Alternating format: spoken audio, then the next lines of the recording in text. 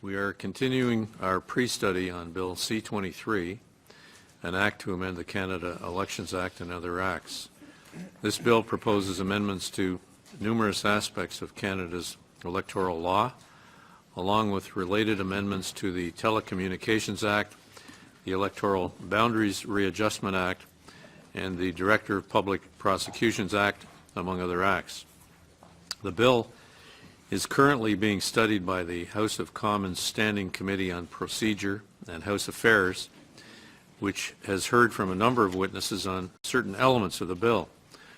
Our task as a committee is to conduct public hearings on the subject matter of the bill, which will allow us to report on some of our findings prior to the its introduction in the Senate. Our witness this morning is appearing by video conference from Oxford in the United Kingdom. Michael Pinto-Duschinsky, the Senior Consultant to Policy Exchange Constitutional Affairs. And Dr. Duschinsky, welcome. We very much appreciate your appearance before the committee today, and if you have an opening statement, I understand, so please begin. The floor is yours. Bonjour, monsieur. Good morning, sir.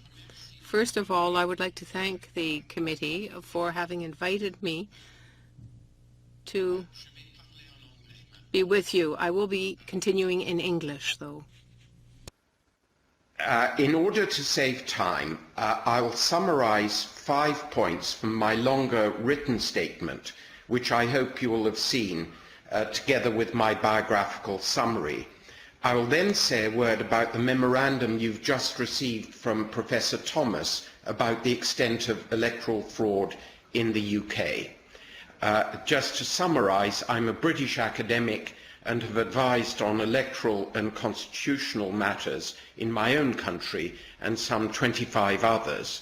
I was the lead witness before the United Kingdom Committee on Standards in Public Life in its inquiry into the United Kingdom Electoral Commission.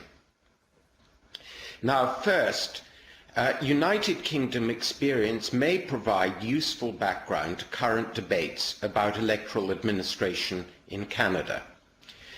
In the UK, there has been a strong feeling that the essential robustness of election procedure may have been too easily sacrificed in the quest for increased voter turnout. And this was the predominant line of argument in a major report on the United Kingdom Electoral Commission published in 2007 by the cross-party and very senior Committee on Standards in Public Life. The committee recommended, and of course with regard to Britain alone, streamlining and focusing the UK Electoral Commission in 2 core roles, as regulator of political party funding and as a regulator of electoral administration. The Committee on Standards also recommended that the Electoral Commission be stripped of responsibility for electoral policy and for encouraging participation in the democratic process. This was not because it felt that these are unimportant functions, but rather that they distracted the Electoral Commission from its core nitty-gritty administrative tasks. 2, British views about the need to tighten election administration have been influenced by a series of major proven cases of voting fraud. People have been jailed in 13 different places, and that doesn't include certain other major convictions which haven't resulted in jail terms. In response, and arguably after undue delay, the United Kingdom Electoral Commission recommended in January 2014 that in future voters be required to present a proof of identity at the polls, as is already the requirement in Northern Ireland. 3, British experience leads me to sympathise, albeit from afar, with some of the principles that appear to be embodied in Bill C-23 and with the proposal to end the peculiarly Canadian system of vouching, though I don't pretend to have studied the details. Some recent discussions in Canada strikes me as misleading, since it asks whether higher priority needs to be given to assuring the integrity of the voting system or to securing opportunities for election participation. Both are necessary and should not be viewed as alternatives.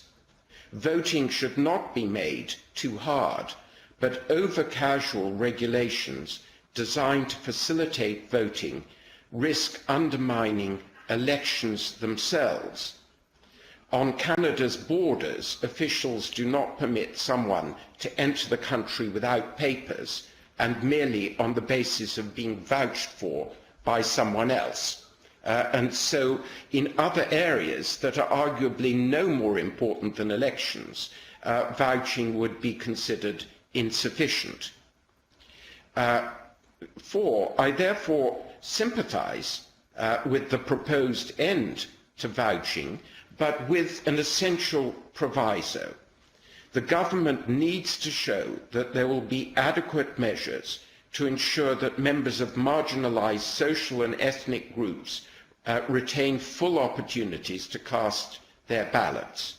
There are various ways in which this can be done, and the matter really does need to be discussed at a technical level.